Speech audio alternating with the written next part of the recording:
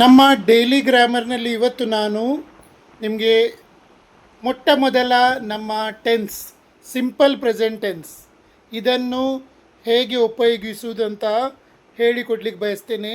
Simple present tense ಅಂದರೆ ಸಾಮಾನ್ಯ ವರ್ತಮಾನ ಕಾಲ. ಇದನ್ನು ಮುಖ್ಯವಾಗಿ ದಿನನಿತ್ಯದ ಅಭ್ಯಾಸಗಳು, ಸಾರ್ವತ್ರಿಕ ಸತ್ಯಗಳು ಮತ್ತು ಸದ್ಯಕ್ಕೆ ನಡೆಯುವ ಕ್ರಿಯೆಗಳನ್ನು ಹೇಳಲು ಬಳಸುತ್ತೇವೆ. ಇದನ್ನು ಸುಲಭವಾಗಿ ಅರ್ಥ ಮಾಡಿಕೊಳ್ಳಲು ಎರಡು ಗುಂಪುಗಳಾಗಿ ವಿಂಗಡಿಸಬಹುದು. ಮೊದಲ ಗುಂಪಿಗೆ ಡೂ ಗ್ರೂಪ್ ಅಂತೇವೆ. ಡೂ ಗ್ರೂಪ್ ಅಂದರೆ ಐ, ವಿ, ಯು, ದೇ. ಈ ಸಬ್ಜೆಕ್ಟ್ಗಳು ಬಂದಾಗ ಕ್ರಿಯಾಪದವು ತನ್ನ ಮೂಲ ರೂಪದಲ್ಲಿ ಅಂದರೆ ವರ್ಬ್ ಒನ್ನಲ್ಲಿ ಇರುತ್ತದೆ. ಸ್ಟ್ರಕ್ಚರ್ ಅಂದರೆ ಸೆಂಟೆನ್ಸ್ ಫಾರ್ಮುಲಾ ಹೇಗೆ ಮಾಡುವುದು?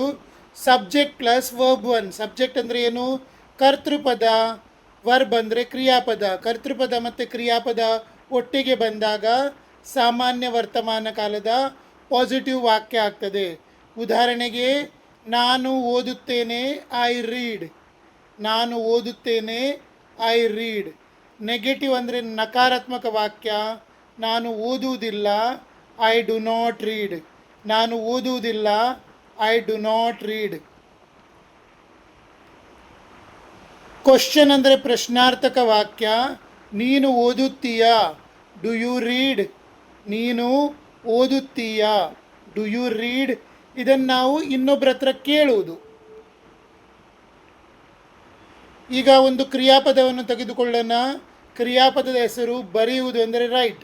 ಇದನ್ನು ಪಾಸಿಟಿವ್ ಮತ್ತು ನೆಗೆಟಿವ್ ಅಂದರೆ ಸಕಾರಾತ್ಮಕ ಮತ್ತು ನಕಾರಾತ್ಮಕ ರೂಪದಲ್ಲಿ ವಾಕ್ಯಗಳನ್ನು ಮಾಡೋಣ. ನಾವು ಬರೆಯುತ್ತೇವೆ, ವಿ ರೈಟ್. ನಾವು ಬರೆಯುತ್ತೇವೆ, ವಿ ರೈಟ್. ನಾವು ಬರೆಯುವುದಿಲ್ಲ, ವಿ ಡು ನಾಟ್ ರೈಟ್. ನಾವು ಬರೆಯುವುದಿಲ್ಲ, ವಿ ಡು ನಾಟ್ ರೈಟ್. ಇದು ರೈಟ್ ಎಂಬ ಕ್ರಿಯೆಯ, ರೈಟ್ ಅಂದರೆ ಬರೆಯುವುದು ಎಂಬ ಕ್ರಿಯೆಯ ಸಕಾರಾತ್ಮಕ ಮತ್ತು ನಕಾರಾತ್ಮಕ ವಾಕ್ಯಗಳು. ಇದರದ್ದು ಪ್ರಶ್ನಾರ್ಥಕ ವಾಕ್ಯ ನೋಡಿ, ನೀವು ಬರೆಯುತ್ತೀರಾ, ಡು ಯು ರೈಟ್. ನೀವು ಬರೆಯುತ್ತೀರಾ, ಡು ಯು ರೈಟ್.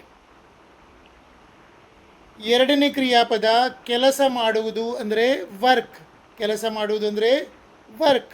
ಅವರು ಕೆಲಸ ಮಾಡುತ್ತಾರೆ, ದೇ ವರ್ಕ್. ಅವರು ಕೆಲಸ ಮಾಡುತ್ತಾರೆ, ದೇ ವರ್ಕ್. ಇದರ ನಕಾರಾತ್ಮಕ ರೂಪ, ಅವರು ಕೆಲಸ ಮಾಡುವುದಿಲ್ಲ, ದೇ ಡು ನಾಟ್ ವರ್ಕ್. ಅವರು ಕೆಲಸ ಮಾಡುವುದಿಲ್ಲ, ದೇ ಡು ನಾಟ್ ವರ್ಕ್. ಇದರ ಪ್ರಶ್ನಾರ್ಥಕ ವಾಕ್ಯ, ನಾನು ಕೆಲಸ ಮಾಡುತ್ತೇನಾ, ಡು ಐ ವರ್ಕ್. ನಾನು ಕೆಲಸ ಮಾಡುತ್ತೇನಾ, ಡು ಐ ವರ್ಕ್. ಈಗ ಎರಡನೇ ಗ್ರೂಪ್ ನೋಡಿ, ಡಸ್ ಗ್ರೂಪ್. ಡಸ್ ಗ್ರೂಪ್ ಯಾವುದು?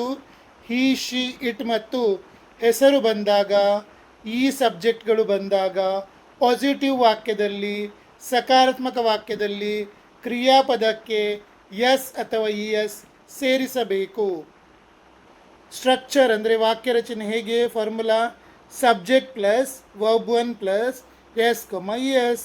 ಕರ್ತೃಪದ ಪ್ಲಸ್ ಕ್ರಿಯಾಪದ ಪ್ಲಸ್ ಕ್ರಿಯಾಪದಕ್ಕೆ ಎಸ್ ಅಥವಾ ಎಸ್ ಸೇರಿಸಬೇಕು. ಉದಾಹರಣೆಗೆ, ಅವನು ಓದುತ್ತಾನೆ, ಹಿ ರೀಡ್ಸ್. ಅವನು ಓದುತ್ತಾನೆ, ಹಿ ರೀಡ್ಸ್. ಇಲ್ಲಿ ಹಿ ರೀಡ್ ಆಗುವುದಿಲ್ಲ, ಕಾರಣ ಇದು ಸಾಮಾನ್ಯ ವರ್ತಮಾನ ಕಾಲದ ಏಕವಚನ, ರೈಟ್? ಸಕಾರಾತ್ಮಕ ವಾಕ್ಯದಲ್ಲಿ ಏಕವಚನ. ಇಲ್ಲಿ ಕ್ರಿಯಾಪದಕ್ಕೆ ಎಸ್ ಅಥವಾ ಎಸ್ ಬರಲೇಬೇಕು. ಈಗ ಇದರ ನಕಾರಾತ್ಮಕ ವಾಕ್ಯ ನೋಡಿ, ಅವನು ಓದುವುದಿಲ್ಲ, ಹಿ ಡಸ್ ನಾಟ್ ರೀಡ್. ಅವನು ಓದುವುದಿಲ್ಲ, ಹಿ ಡಸ್ ನಾಟ್ ರೀಡ್. ಇಲ್ಲಿ ಡಸ್ ನಾಟ್ ರೀಡ್ಸ್ ಆಗುವುದಿಲ್ಲ, ಡಸ್ ಆಲ್ರೆಡಿ ಬಂದಾಯಿತು, ಆ ಕಾರಣ ಡಸ್ ನಾಟ್ ರೀಡ್ ಅಷ್ಟೇ.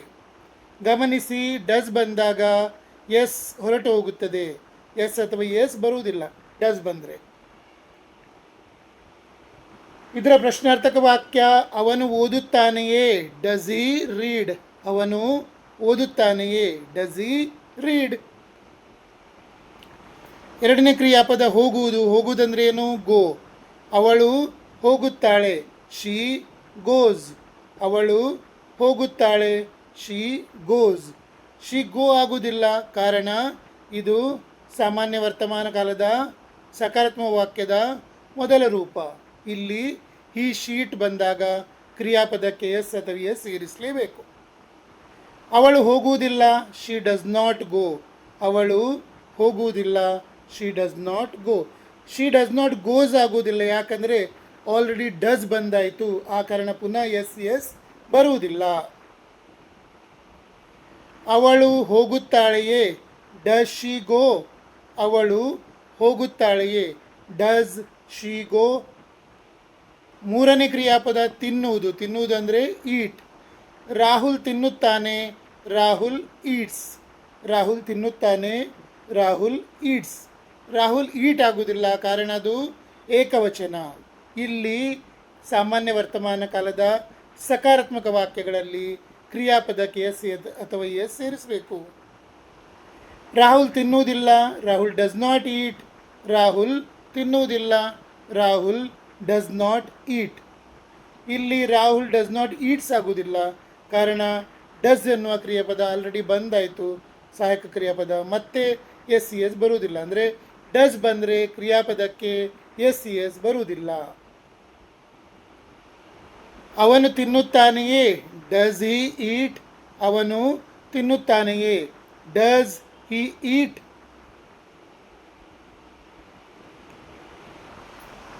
ಈ ಸಿಂಪಲ್ ಪ್ರೆಸೆಂಟೆನ್ಸನ್ನು ಎಲ್ಲಿ ಬಳಸ್ತೀವಿ ಅಂದರೆ ಈ ಸಾಮಾನ್ಯ ವರ್ತಮಾನ ಕಾಲವನ್ನು ನಾವು ಎಲ್ಲಿ ಬಳಸ್ತೇವೆ, ಎಲ್ಲಿ ಅಂತ ನೋಡೋಣ. ಮೊದಲನೇದಾಗಿ ದಿನಚರಿ ಅಥವಾ ಅಭ್ಯಾಸಗಳು. Habits or routine. ದಿನಚರಿ ಅಥವಾ ಅಭ್ಯಾಸಗಳು. Habits or routine. I drink tea every morning. ನಾನು ಪ್ರತಿದಿನ ಬೆಳಿಗ್ಗೆ ಚಹಾ ಕುಡಿಯುತ್ತೇನೆ. I drink tea every morning. ನಾನು ಪ್ರತಿದಿನ ಬೆಳಿಗ್ಗೆ ಚಹಾ ಕುಡಿಯುತ್ತೇನೆ. ದಿನ ಕುಡಿತೇನೆ, ಇವತ್ತಂತೆ ಅಷ್ಟಿಲ್ಲ. ನಿನ್ನೇನು ಕುಡಿದಿದ್ದೆ, ಇವತ್ತು ಕುಡಿತೇನೆ, ನಾಳೆನೂ ಕುಡಿಬೋದು, ದಿನ ಕುಡಿತೇನೆ. ಎರಡನೇದ್ದು ಸಾರ್ವತ್ರಿಕ ಸತ್ಯಗಳು, general truths. The sun rises in the east. ಸೂರ್ಯ ಪೂರ್ವದಲ್ಲಿ ಹುಟ್ಟುತ್ತಾನೆ. The sun rises in the east. ಸೂರ್ಯ ಪೂರ್ವದಲ್ಲಿ ಹುಟ್ಟುತ್ತಾನೆ. ಮೂರನೇದು ಖಚಿತವಾದ ವೇಳಾಪಟ್ಟಿಗಳು, ಶೆಡ್ಯೂಲ್ಸ್. ಇದು ಎಷ್ಟು ಭವಿಷ್ಯದಲ್ಲಿ ಇದ್ದರೂ ಸಹ ಖಚಿತವಾಗಿರುವ ಕಾರಣ ಇದಕ್ಕೆ ವಿಲ್ ಬರುವುದಿಲ್ಲ, ಸಾಮಾನ್ಯ ವರ್ತಮಾನ ಕಾಲದಲ್ಲೇ ಇರ್ತದೆ. The train leaves at 6 PM. ರೈಲು ಸಂಜೆ 6 ಗಂಟೆಗೆ ಹೊರಡುತ್ತದೆ. The train leaves at 6 PM. ರೈಲು ಸಂಜೆ 6 ಗಂಟೆಗೆ ಹೊರಡುತ್ತದೆ. ಇದು ಭವಿಷ್ಯದ ವಾಕ್ಯ, ಭವಿಷ್ಯ ಕಾಲದಲ್ಲಿ ಇರುವಂಥ ವಾಕ್ಯ, ಬಟ್ ಇದು ಖಚಿತವಾದ ವೇಳಾಪಟ್ಟಿ. ಆ ಕಾರಣ ಇಲ್ಲಿ ವಿಲ್ ಸೇರಿಸಿ ಹೇಳುವುದಿಲ್ಲ. ಈಗ ಡೂ ಡಸ್ ಎಲ್ಲಿ ಬಳಸುವುದು? ಐ ವಿ ಯು ದೇ ಜೊತೆ ಡೂ ಬಳಸಿ. ಹಿ ಶಿ ಇಟ್ ಹೆಸರು ಬಂದಾಗ ಡಸ್ ಬಳಸಿ. ಅಂದರೆ ಐ ವಿ ಯು ದೇ ಜೊತೆ ಡೂ ಬಳಸಿ.